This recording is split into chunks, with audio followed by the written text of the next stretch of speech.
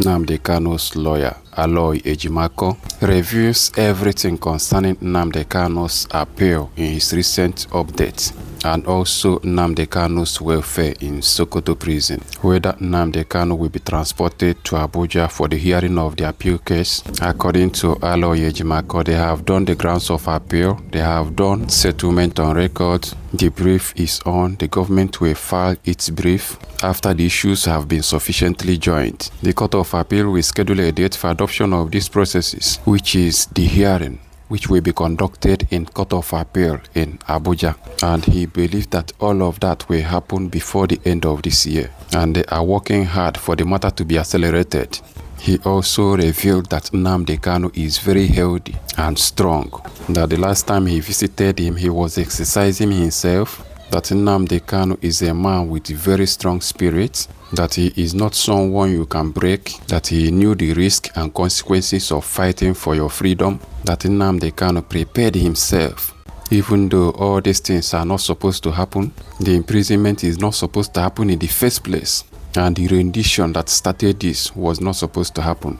Even the trial itself wasn't supposed to happen. Not to talk of the prosecution. But they are facing the reality because it has happened. That they are working towards a way out of it. That ultimately justice must be done. Watch the interview to hear everything he said by himself. Alright, sir. So we want to get a quick update on Nnamdi Kanu's welfare, how he's doing at the prison, and what's the plan with the appeal. And if the appeal is going to hold, is it going to be transported down to FCT for the hearing? Well, yeah, the appeal is on course. As you all know, I made an update recently. The appeal process is quite clear and is cast in stone. We had done our grounds of appeal. We had done settlement on record. The brief is on. The government will file its brief. And then after the issues have been sufficiently joined, the Court of Appeal will schedule a date for adoption of these processes, which in common parlance is called a hearing, and is going to be conducted in Abuja, at the Court of Appeal in Abuja. And we expect that all of this to happen before the end of this year. Okay, so is there any specific date we're looking out for? No, I cannot speculate on the calendar of the Court of Appeal, but I've given you a general window. We expect that it will happen before the end of the year, because we also have an abiding interest in having this matter accelerated. So we're pursuing all of that, and by the grace of God, we expect to be before the honorable justices of the Court of Appeal before the end of this year. So how is his health generally? How is it doing? Well, he's healthy, he's very fit and proper. The last time I visited him, he was healthy. I think he exercises himself inside detention. He's a man of very strong spirit. This is not someone you can break. He knew the risks and consequences of fighting for your freedom, or of putting your foot forward for self-determination.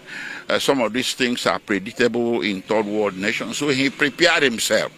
Even though this thing is not supposed to happen, the imprisonment is not supposed to happen, and the rendition that started it wasn't supposed to happen, the trial itself wasn't supposed to happen, not to talk of the prosecution.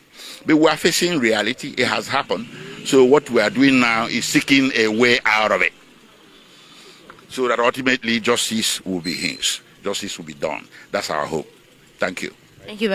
Oh, we know. Whatever way they try to suppress Nnamdi Kanu, to suppress Igbos, at the end, they will fail. The same people that imprison Nnamdi Kanu, the same federal government that imprisoned Nnamdi Kanu, is releasing Boko Haram, terrorists that wasted millions of innocent lives.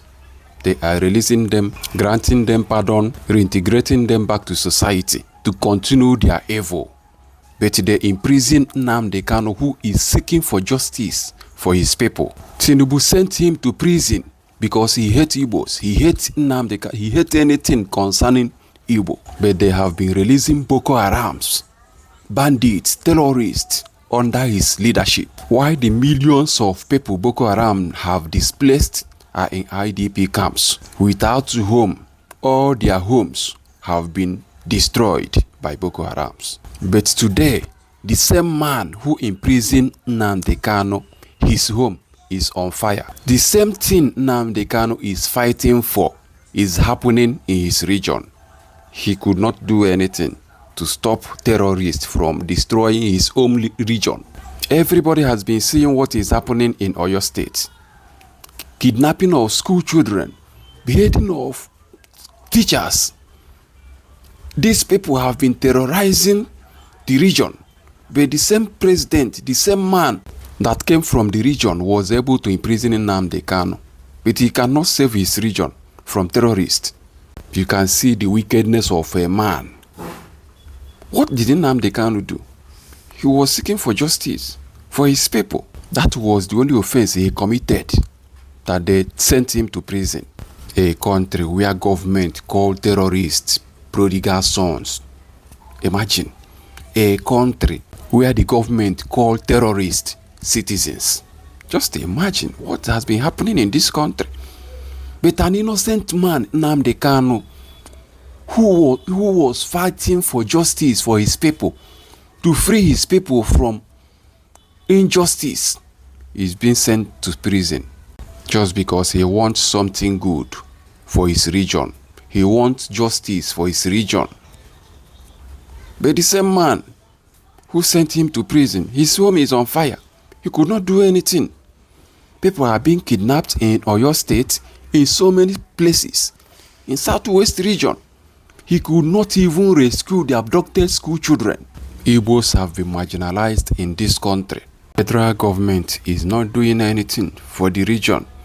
Everything you see in Southeast region, all the development you see there, were done by the Igbos. No federal presence. And this man is speaking up, condemning it. He wants a better thing for his people. And they sent him to prison for fighting for justice for his people, saying that he wants to break the country. If they are doing the right thing, there won't be anything like agitation. There won't be anything like agitation in this country. They know what they are supposed to do, but they won't do it. They want Igbos to continue to be suppressed, marginalized. All the key federal projects, all the key federal infrastructures, none of them was built in Igbo land. Every infrastructure, anything you see in Igbo land was done by our efforts. The only project federal government builds in Igbo land is sending military to invade our communities, mounting checkpoints, roadblocks everywhere to suppress the region. And you tell me we are one Nigeria.